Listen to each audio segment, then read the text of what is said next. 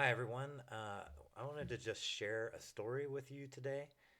It's something I learned about recently, and it was quite inspiring to me, and I'm hoping that it can be inspiring to you as well. It's a story about being a rebel, and not a rebel like the sort of pop culture version of a rebel where you're such a radical, independent individual, and you're doing that sort of for your image and to sell products, but a rebel more sort of like this. Huh? What am I talking about? Well, this was a group of rebels who banded together and took a stand and ended up changing the entire galaxy. But of course, that's just fiction. I want to tell you a story that wasn't so long ago and so far, far away, and that actually happened. And that story is set in right here in Cincinnati in the 1830s. You see here an artist's depiction of what the city was looking like. Cincinnati was founded in 1788 with 26 people. But by the 1830s, Cincinnati has tens of thousands of residents and is a growing city. By 1850, it was in fact the sixth largest city in the country, largely because of the canal and the river, which allowed it to be the major city west of the original colonies. Um, but of course, it's a thriving city at the time. But and You see here a picture of the first college, Cincinnati College, which we have a building on our campus you might recognize. It's sort of modeled after it. Um, but all was not completely well in Cincinnati. You see, there was massive segregation. Cincinnati was a free state, um, but Kentucky, right across the river, was a slave state. So this became a major destination on the Underground Railroad, and there was a growing population of free black people. Of course, it's not free in the way we think of today. They weren't allowed to vote. They were heavily segregated and discriminated against. Of course, there was um, groups of white vigilantes who would go roam throughout Cincinnati and capture black people and take them back to Kentucky and sell them into slavery. So the existence wasn't all peachy, but you know, it was still a growing population. The first black church was founded in 1824 over off of Reading Road. Um, but not everyone was happy about this growing black population. There was still a lot of pro slavery sentiment in Cincinnati. And in 1829, there was a riot where 200 to 300 white people tried to force the black people out of the city. 1,200 of them actually ended up leaving for safer places in Canada, but others organized and fought back. And then this happened periodically. There was another riot in 1836 and another one in 1841. But right around the time of this riot, in fact, in the very same year, there was a seminary that was formed in Cincinnati called the Lane Theological Seminary. It's actually in Walnut Hills on Gilbert and Park Streets. And you can today see the Harriet Beecher Stowe House, which is the only thing that remains of the seminary. But they were founded in the same year of the riot in 1829 by the Finneyeites, as in our suburb called Finneytown. Finneyeites were a sect of the Presbyterians that believed in what they called the Second Great Awakening, the idea that they needed to purify the country for the second coming of Jesus. And the seminary was essentially a college. The people in the seminary were being educated to be ministers and to in turn educate their, their congregation. Um, and in 1834, 5 years after the seminary was founded, the students organized a series of debates, and the debates were over slavery. You see here the two topics. One, ought the people of the slaveholding states abolish slaveholding immediately? They debated that. And then, are the doctrines, tendencies, and measures of the American Colonization Society worthy of the patronage of the Christian public? Now, the American Colonization Society was a group of abolitionists who were debating what to do once we got rid of slavery. And their proposal was that we would send the black people back to Africa. There's actually a colony formed in Africa called Liberia, and that exists to this day, that was formed by former slaves in Great Britain and in the United States. And the American Colonization Society wanted to basically send everyone back because although they were against slavery, they still believed that black people could not integrate into American society appropriately. Um, so the debates basically debated, should we abolish slavery, and what should we do once we do abolish slavery? Should we pursue this colonization approach to the abolition of slavery? Um, there were a lot of participants who ended up going on to be quite famous in these debates. Thomas Weld was one of the first students and he helped organize the debates. Um, he said, "It is no marvel that slaveholders are always talking of their kind treatment of their slaves. The only marvel is that men of sense can be gulled by such professions. Despots always insist that they are merciful." Henry P. Thompson was actually a former slave owner that participated in the debates. There were, in fact, 11 students who were born in slave states and 7 sons of slave owners. And Henry Thompson, who himself recently ceased being a slave owner, and he testified, and I want to warn you that some of this testimony can be shocking, but he said, "Cruelties are so common, I hardly know what to relate. But one fact occurs to me just at this time that happened in the village where I live. A colored man, a slave, ran away. As he was crossing Kentucky River, a white man who suspected him attempted to stop him. The Negro resisted. The white man procured help and finally succeeding in securing him.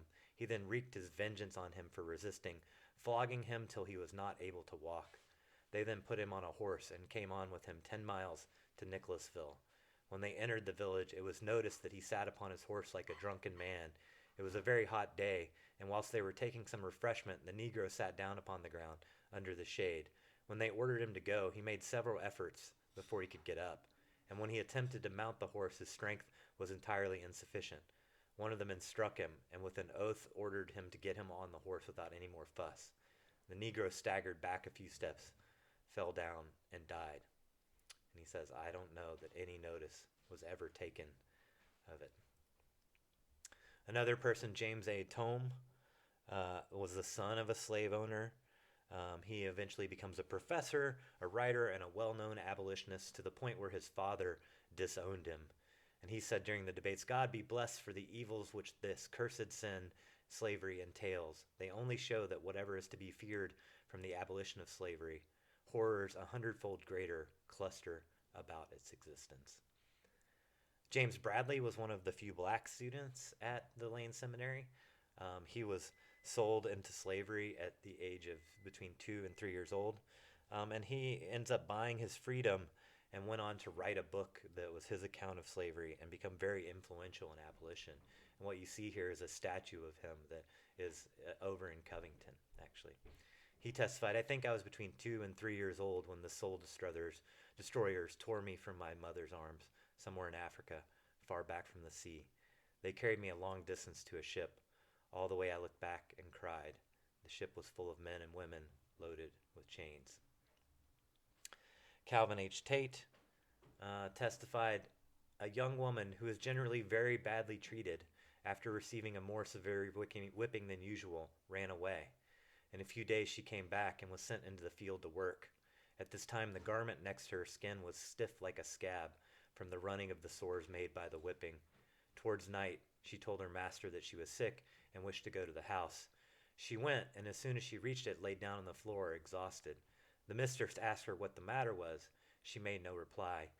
She asked again, but received no answer. I'll see, said she, if I can't make you speak.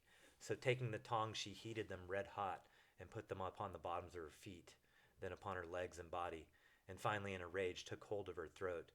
This had the desired effect. The poor girl faintly whispered, Oh, missy, don't. I am most gone, and expired.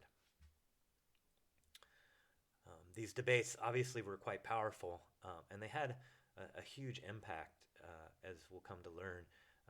First of all, one impact was that there was a resolved student body. As one of them testified, when the debate ended, it was found that we were prepared to take decided ground. We were for immediate emancipation by a most decisive majority. And in addition, the debates led to widespread publicity against slavery.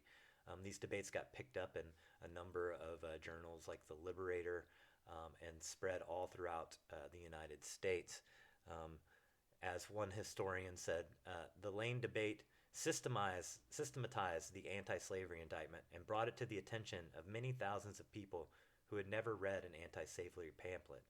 And militant anti-slavery activity thereafter gained steady support. Um, in fact, many of the people in the audience, that is, the debaters themselves, the students themselves, went on to be major abolitionists. For instance, John Rankin was the author of the first American anti-slavery book and a key figure in the Underground Railroad in Ohio.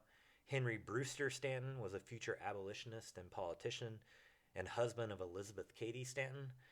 And Harriet Beecher Stowe was one of the debaters, the daughter of President Beecher, who was the president of the seminary, and she wrote the most famous anti-slavery novel, Uncle Tom's Cabin. But the story doesn't end there. There was quite a backlash. In fact, there was threats of riots against the seminary because of the publicity of anti-slavery. And as we knew just a few years earlier, there was a riot in Cincinnati. And so the trustees of the seminary got together, and in their eyes, they thought the students were being self-righteous and had acted without regard to the consequence on the seminary. So they were afraid that this riot was going to burn down the seminary. And so what they did was they banned any further discussion of slavery. And there was an abolitionist club amongst the students, and they banned students from participating in that. So they tried to censor them, and it becomes one of the first major free speech cases and academic freedom cases in the United States. Because the trustees tried to censor and limit academic freedom. So what did the students do? They spoke out. They took a stand. They released a 26-page pamphlet, which I have here, which denounced the trustees' decision. And 93 of 101 of the students resigned from the school in response to the trustees' decision. And one professor did in solidarity as well. As one historian noted, the Lane debates became a standard of the meaning of free speech, just doing what they did and then walking out of Lane instead of agreeing to stop talking about abolitionism became a great inspiration to later generations of student activists. So they resigned, they spoke out, and they didn't stop there. They decided that it was time to act. Many of them as another historian said, the effect of this revival and benevolence of the Lane debates was more than a change of opinion. For scores of the students, it meant a change in their lives.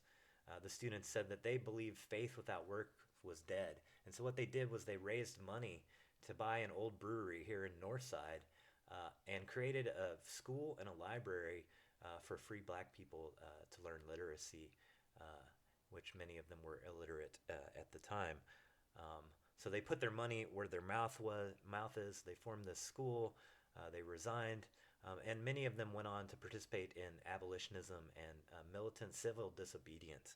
For instance, Amos Dresser was one of the students that debated, became famous for being publicly whipped in Nashville for distributing abolitionist literature. Henry Ward Beecher, who was later on called the most noted minister of the 19th century, sent what he called Beecher's Bibles, which were actually rifles, to people in Kansas, trying to make Kansas into a free state.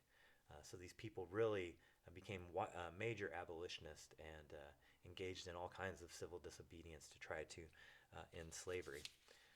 And what happened from all of this? Well, they won.